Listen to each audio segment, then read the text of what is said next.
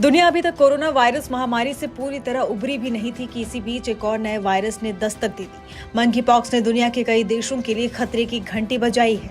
Monkey pox का virus दुनिया के कई देशों में दहशत फैला चुका है। अब इसने भारत में भी दस्तक दे दी है। केंद्रीय स्वास्थ्य मंत्रालय ने एमपॉक्स को लेकर एहतियात बरतने के लिए सभी राज्यों और केंद्र शासित प्रदेशों को एडवाइजरी भी जारी कर दी है।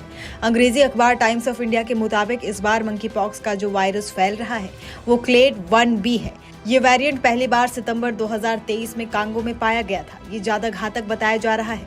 इसमें मृत्यु दर 3% है, जो मंकी पॉक्स के अन्य वेरिएंट की मृत्यु दर से काफी ज्यादा है। दूसरा वेरिएंट है क्लेड 2, जो कम घातक है और ज्यादातर देशों में यही स्ट्रेन फैला है। इस स्ट्रेन की चपेट में आने वाले ज्यादातर लोग ठीक हो रहे हैं। यह खतरनाक बीमारी 17 अफ्रीकी देशों और महाद्वीप के बाहर के कई देशों में भी फैल चुकी है। एमपॉक्स वायरस की चपेट में आए विदेश से लौटे एक शख्स को अस्पताल में आइसोलेशन में भी रखा गया है। संक्रमण की पुष्टि उसके जांच से हुई है। स्वास्थ्य मंत्रालय ने एक बयान जारी कर कहा है कि फिलहाल चिंता की कोई बात नहीं है। केंद्र ने कहा है कि एक मरीज जो हाल ही में मंकी पॉक्स संक्रमण से जूझ रहे देश से आया था, उसकी पहचान एमपॉक्स के मामले के रूप में की गई है। मंकी पॉक्स दुनिया भर के अलग अलग देशों में फैला है। समय बीतने के साथ साथ ये और घातक होता जा रहा है। कहा जा रहा है कि इस वायरस से अभी तक 600 से ज्यादा लोगों की मौत हो चुकी है। केंद्र सरकार ने सोमवार को राज्यों और केंद्र शासित प्रदेशों को सलाह दी है कि सामुदायिक स्तर पर मंकी पॉक्स के सभी संदिग्ध मामलों में स्क्रीनिंग के साथ जांच कराई जाए।